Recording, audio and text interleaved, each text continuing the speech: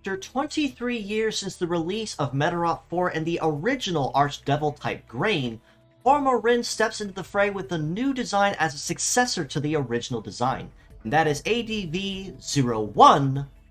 Boson,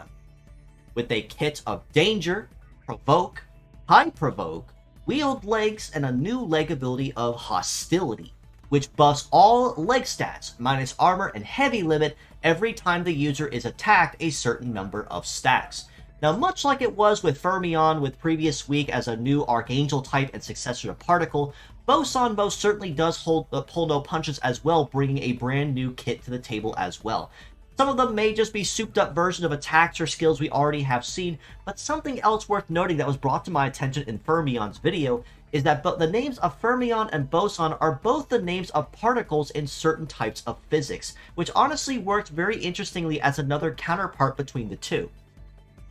Danger on the head part is a brand new skill and a support skill that upon activation will grant the Metaforce effect of High Guard to self, which, to explain briefly, the Metaforce effect of High Guard is an 80% boost to the leg's resist stats, both melee and shoot resist. So basically, much like it was with Fermion as well, getting Hyper Repair, Boson gets a Metaforce effect as well, converted into a regular attack. In addition, Danger will also grant a stack of Conceal to himself, which means that while this effect is active, his evade will go up by about 50% for the neck until attacked, and he will negate Pierce or AoE damage for one hit while this effect also is active. So not only is he going to be massively buffing his damage reduction, but also his likelihood of being able to dodge or graze attacks and keep it as low as possible, even if the second effect only lasts for one turn.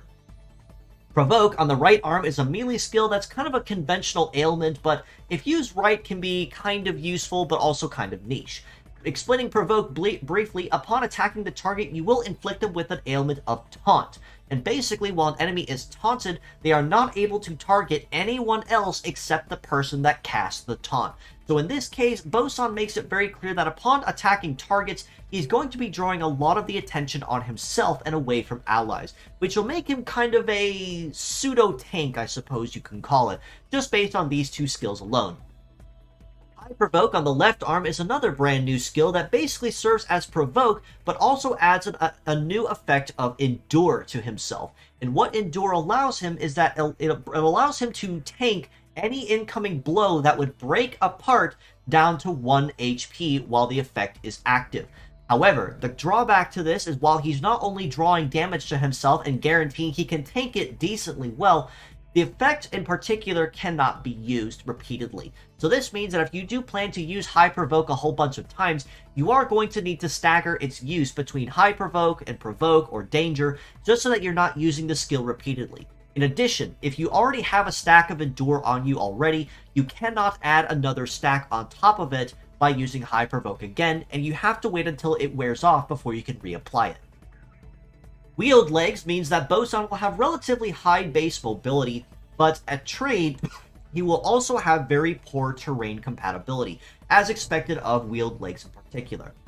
But looking at his particular stats across the board for his legs as well, he is packing some very absurdly tanky wield type legs, which is really something that you don't see too terribly often on this particular leg type. With a leg mobility of 819, it may be relatively slower than most wield legs tend to sit at, as they like to sit between 9 and even 900 or even 1000, but given that he's also packing triple heavy support, an absurdly high melee resist of almost 1900, and a shoot resist of almost 1700, it honestly does balance itself back out.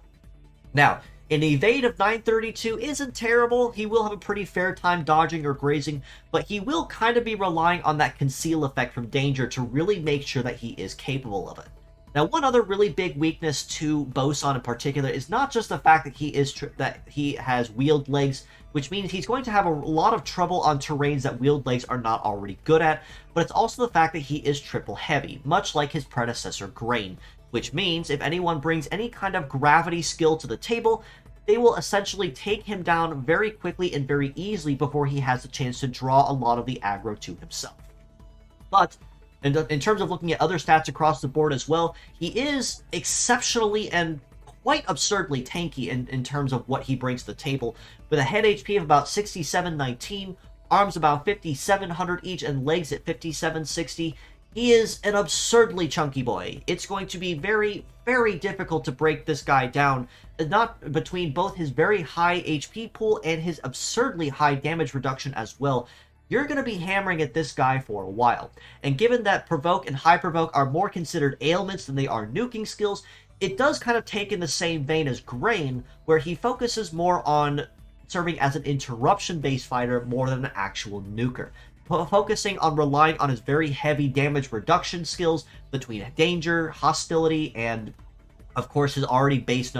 impressive base numbers, but also adding the endure effect to self and drawing all the attention with Provoke. He's going to be serving as a very heavy pseudo tank when in this form, but just make sure that you don't neglect him for too long, because he will break before long eventually if the enemy is aggressive enough. Now, much like it was with Fermion, Particle, and his predecessor of Grain, Boson is also capable of meta-changing into a more archdevil type and more imposing type of form. And in this form, he exchanges his pseudo-tank design and kit out entirely for something much more aggressively oriented. In this form, he exchanges his kit out entirely for Revenge Sword, Deathlock, Survivor, Float Legs, and the leg ability of Fortress, which passively reduces incoming damage taken by up to at least 30% right off the top. Now, as if Boson being an immensely difficult pseudo-tank with a lot of aggro draw right from the start wasn't enough, being able to transform will make him from a tank into a very high-powered aggressor with a lot of very powerful skills that can be very easily put to very good use, if not immediately within the first couple turns of battle. Revenge Sword on Drive A is a very powerful melee skill that gains double damage and pierce damage if the particular user, in this case Boson, is under 50% HP. And with a very healthy HP pool of almost 24,000, this is going to be used very readily as a last resort or a last-ditch effort kind of skill. Because, albeit Revenge Sword has a very impressive base power of over 2,300, you're going to be missing out on the pierce damage and the double damage if he's not kind of backed into a corner. So I would not recommend using Revenge Sword willy-nilly, and kind of save that one for when the fight does start ending up dragging on and he does end up taking some damage after he's tanked a few hits. Deathlock on Drive B is an ailment type skill that will inflict no dodge, no defend, and a 25% debuff of the enemy's heat and cool stat when this is inflicted on the target. This means that any hit that lands once inflicted is not only guaranteed to hit, but also guaranteed to be a critical hit on top of that. And in addition, they will be running notably slower than they were before, giving you just a little bit more of an edge on the field and a much higher likelihood of you outrunning your enemies. H Survivor or Hyper Survivor on Drive C is the last of his brand new skills that Boson is bringing to the table. Simply put, it is the effect of Survivor, which is another negative ailment that Boson brings, actually as a kind of bringing back to the table since we have not seen it for a while. But to explain Survivor briefly, upon attacking the target, it will inflict them with a specialized negative ailment that prevents the effect from actually being cleansed. And that means that while it's in effect, the particular ailment cannot use any healing effects or any healing skills whatsoever, and will be relying very heavily on any outside target forces or allies being able to remove it for them. Now, while at first glance Survivor may not be super aggressive, if used on your healer, this is going to spell doom for your team very quickly, as if your healer is not able to actually remove the effect themselves or use any of their healing skills, well, you're kind of stuck, and now you're stuck with a very useless bot that's going to serve as nothing more than a meat shield. Hyper Survivor, though, going back to Grain, basically is that effect plus piercing, so it's going to hit a little harder than what regular Survivor would expect, but it's also going to come with a no dodge and no defend penalty on cooldown, so do make sure that you do pay attention to that when using Boson respectively. Float Legs, though, is what really changes the game for Boson, as he'll go from having terrible terrain compatibility to having very good terrain compatibility. and Fortress only ties into this with very impressive damage reduction right from the top, and his stats, when changing as well, become notably tankier as well. While his mobility will go down to just under 800, he does exchanges for very notable changes to his melee and shoot resist at 1928 each, and his evade at 1375 for very impressive stats across the board, and going to make him very difficult to take down.